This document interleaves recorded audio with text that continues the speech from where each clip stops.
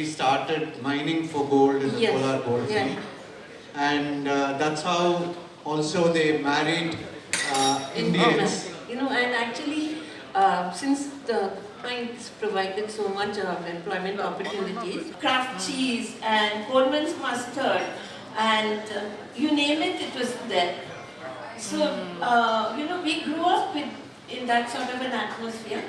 So our lives were totally influenced by British culture, you could say, in KGF.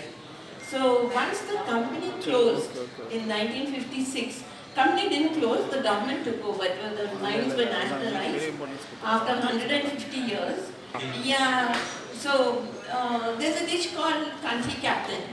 It's made with chicken, and in the olden days it was made with, we had, since we were living in a mining town, we were in quarters. So every house had we were colonial style bungalows. And every house had such a huge garden around it, about half-acre of space. So there was place to rear chickens and hens. So this Country Captain chicken, has fond memories for me because my grandmother would cook it every Sunday, which rooster she would cut for that day. And then she also had a special dish made with homemade wine. Is something like your cocoin in France, but we used to call it rooster and wine. I hope those roosters didn't have names.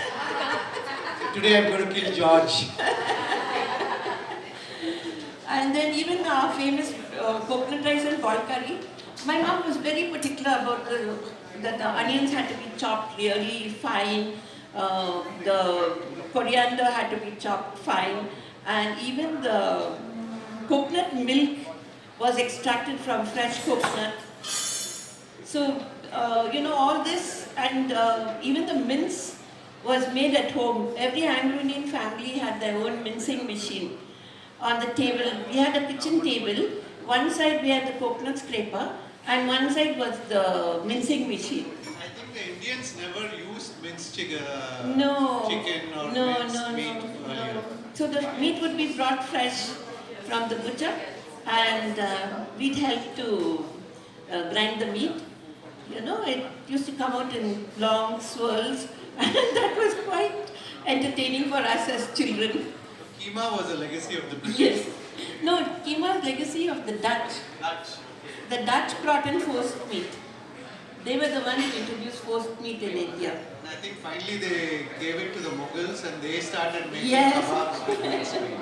And then, yes, actually, and then this, our Scotch eggs is nothing but Nargisi kebab. Nargisi kebab.